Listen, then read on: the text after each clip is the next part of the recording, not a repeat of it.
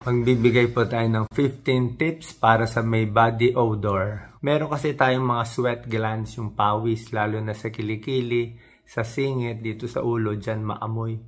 Okay, tingnan natin na 1 to 15. Number 1, pinakasimple, bumili ng antiperspirant.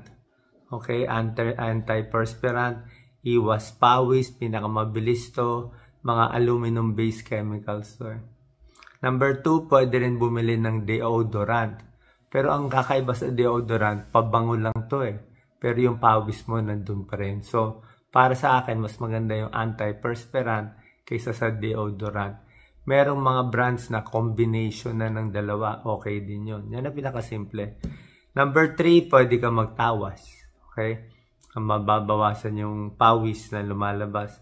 O yung iba naman, home remedy, rubbing alcohol. Pwede rin.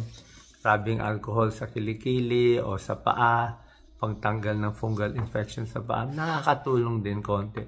Although may gamot naman talaga tayo para sa alipunga. Number 4, dapat maligo araw-araw. Common sense.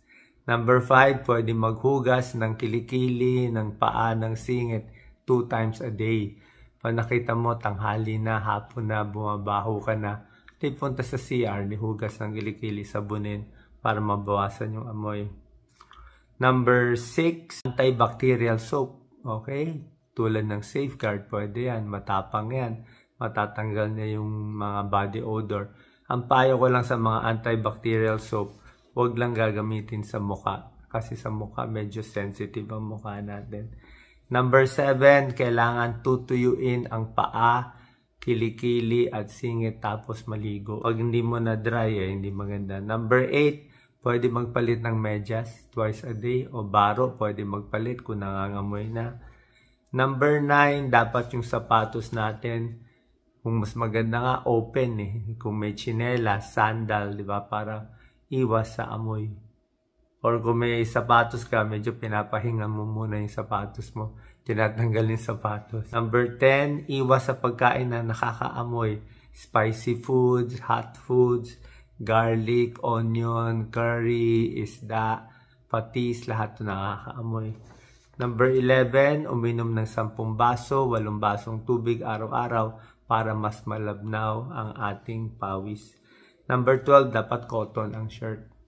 Pag cotton kasi mabilis mag-evaporate, maganda. Mas hindi ka mangangamoy. Pag nylon ang shirt nyo, medyo nag-i-stick yung amoy, mas nagkaka-body odor. So, wear cotton shirts.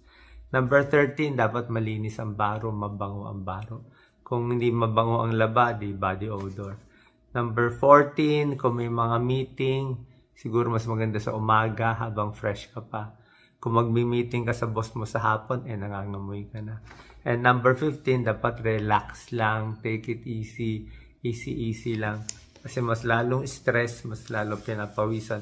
Alam ko may tao talaga na hereditary, mapawis sila, o baka meron sila ibang sakit, nagkakaroon ng body odor. Bihira lang naman to. Pero but if symptoms persist, pa-check tayo sa inyong doktor. Sana nakatulong tong video para sa may body odor. God bless po.